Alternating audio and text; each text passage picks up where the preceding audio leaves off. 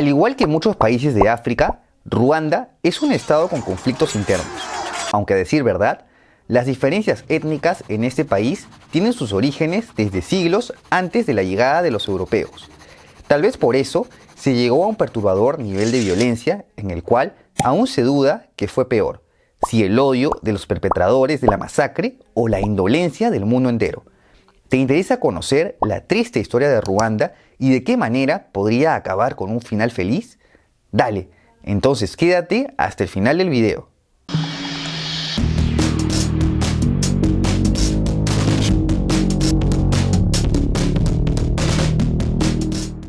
Primero, nociones de geografía.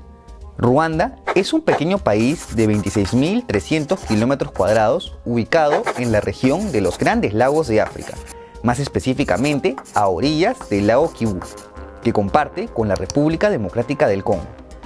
Por esto, a pesar de su mediterraneidad y de estar rodeado de un paisaje montañoso, es un país biodiverso y con muchas zonas fértiles. Asimismo, no muchas etnias llegaron a establecerse en este territorio durante la prehistoria. Se estima que los primeros humanos en llegar lo hicieron a partir del 8000 a.C. y que se dedicaron a la caza y recolección por varios siglos. Estos grupos humanos serían los ancestros de la etnia Twa, un pueblo pigmeo de África Central caracterizados por su baja estatura y considerados como los habitantes más antiguos tanto de Ruanda como de Burundi. Entre el 700 a.C. y 1500 después de Cristo, diversas poblaciones bantúes migrarían por toda la región. En el caso del territorio ruandés, llegaron las dos etnias que siguen siendo las principales en la actualidad, los Hutus y los Tutsis, quienes habrían expulsado a los Twa de los bosques hacia las montañas. Por tal motivo, hoy solo quedan unos 80.000 Twa, los cuales son una pequeña minoría en ambos países, a medida que su cultura y costumbre van quedando al borde de la desaparición. Las nuevas etnias bantúes de la región se fueron organizando en clanes, que posteriormente se convirtieron en pequeños reinos gobernados por un muami. Hasta el 1081, el legendario Gihanga funda el reino de Ruanda, introduciendo en su pueblo los elementos de las civilizaciones de los Grandes Lagos. Su existencia es descrita mediante la tradición oral, por lo que está sujeta a controversia. Hacia el siglo XV, aproximadamente el 85% de la población del reino era de la etnia Hutu, mayoritariamente campesinos, mientras que la realeza y las clases sociales altas eran tutsis, que representaban el otro 15%. Por tal motivo, la división entre ambos pueblos está basada más en una clase social que en la etnicidad, en vista que hablan el mismo idioma, el Kinyarwanda, y comparten un origen similar. El reino de Ruanda consiguió su máxima expansión durante el siglo XIX bajo el reinado de Kigeli IV, quien llegó a orillas del lago Kivu. Más que conquistas militares, Ruanda se expandía por medio de la migración y difusión de sus técnicas agrícolas en espacios mayoritariamente vacíos. Los nuevos pueblos fundados debían pagar tributo al muami, quien era enaltecido como un ser semidivino. A pesar de las diferencias sociales, se piensa que las relaciones entre Hutus y Tutsis se mantuvieron pacíficas la mayor parte del tiempo. Esto porque hasta antes de la era colonial había la posibilidad de escalar socialmente. Un Hutu podía convertirse en un Tutsi si alcanzaba cierta riqueza y viceversa. Un Tutsi podía caer socialmente. Mientras tanto, en Europa, las grandes potencias acordaban el reparto de África en la Conferencia de Berlín. Sin embargo, el destino de la región de los Grandes Lagos no fue decidida hasta 1890 en una conferencia en Bruselas. Los reinos de Ruanda y Burundi fueron cedidos al Imperio Alemán a cambio de renunciar a sus reclamos en Uganda. Con esto, el primer europeo en explorar territorio ruandés fue Gustav Adolf von Gotzen, gobernador del África Oriental Alemana o actual Tanzania.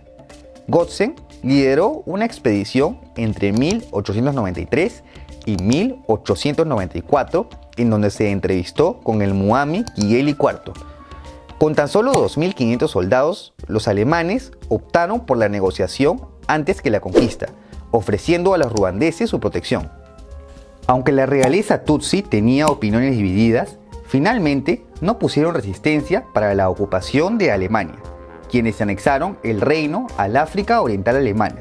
Al pasar los años, los alemanes enviaron más fuerzas colonialistas y misioneros.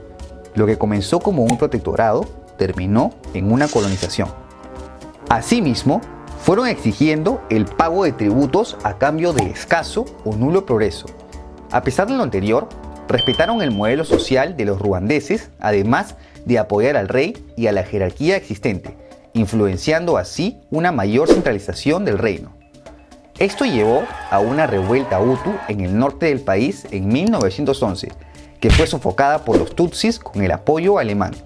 Fricciones entre ambas etnias comenzaban a surgir. Durante la Primera Guerra Mundial, Ruanda y Burundi fueron invadidos por Bélgica.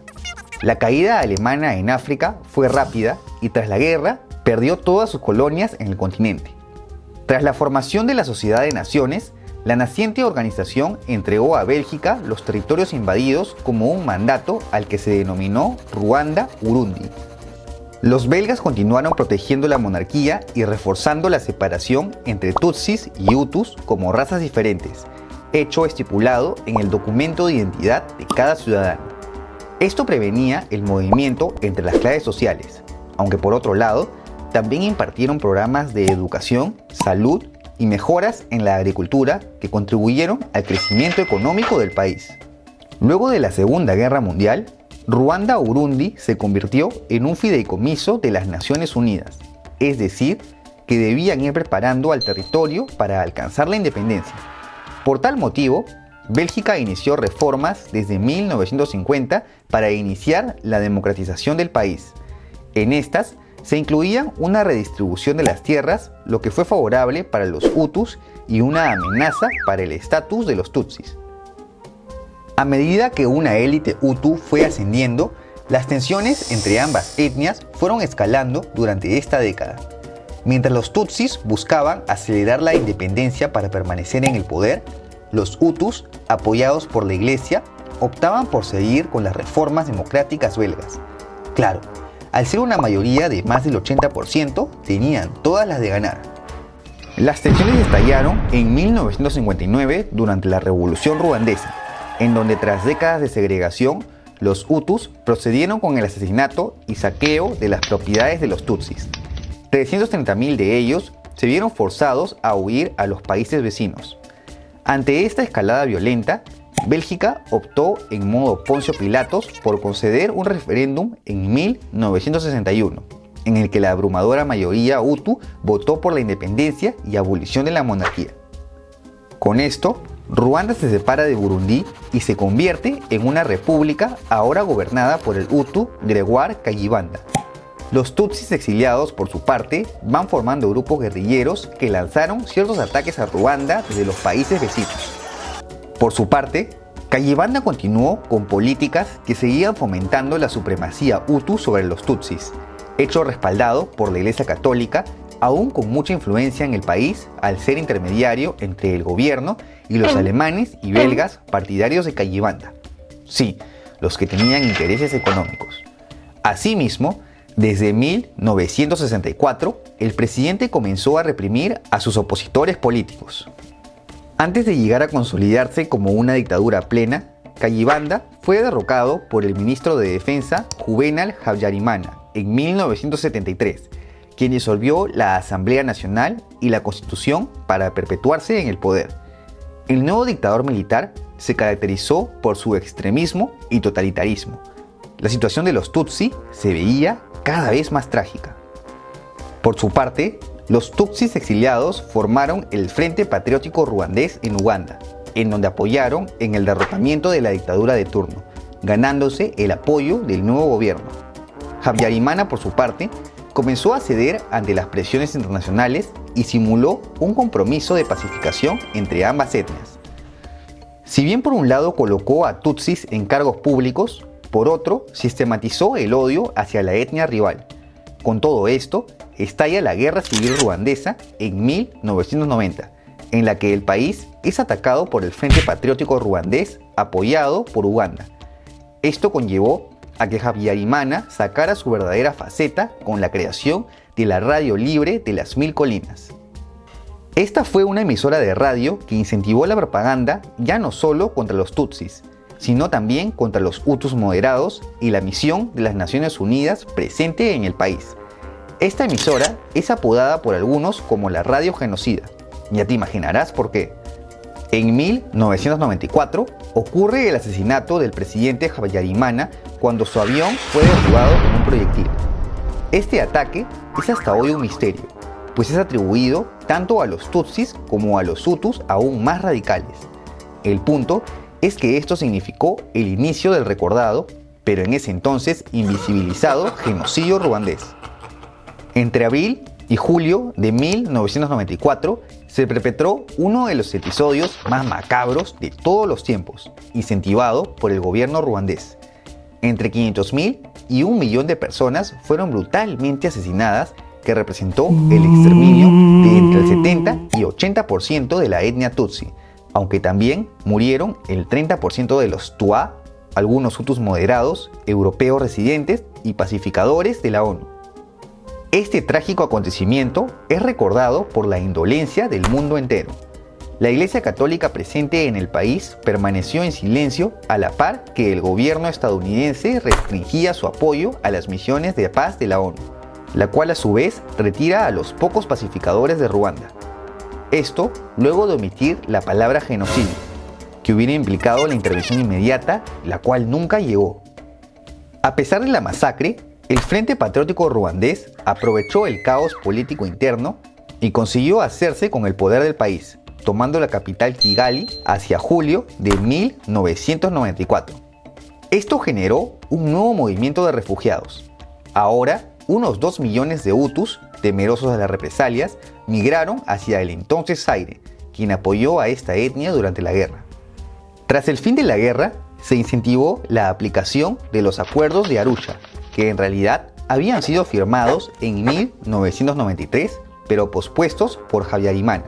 Según este tratado, debía comenzar un gobierno de transición que consagre la reintegración de los exiliados tutsi, lo que ha servido como referencia para la reconstrucción del país. El nuevo gobierno apoyó a las fuerzas de la liberación del Congo para el derrocamiento del dictador Mobutu, partidario del gobierno extremista Hutu. No sería hasta el año 2000 en el que Paul Kagame, de la etnia Tutsi, quien fue uno de los líderes del Frente Patriótico Ruandés durante la Guerra Civil, llega al poder. Kagame se mantiene como presidente hasta la actualidad. Desde entonces, el índice de desarrollo humano y la economía han crecido rápidamente, mientras que la pobreza fue reducida del 57 al 45% hacia el 2011. Actualmente, Ruanda es irónicamente considerado como el país más seguro del continente, logro alcanzado con el tardío apoyo internacional, tal vez para pagar la deuda que tienen con el país. ¿Y tú qué opinas? ¿Quién crees que estuvo detrás del asesinato de Habyarimana? ¿Te parece que Ruanda podrá seguir saliendo adelante a pesar de las heridas del pasado? No te olvides de dejar tu comentario y si te ha gustado este video, apóyame con un like y suscríbete a mi canal. También puedes seguirme en mis redes y si te interesa apoyar este proyecto, cualquier donación en Patreon será bienvenida. ¡Hasta la próxima!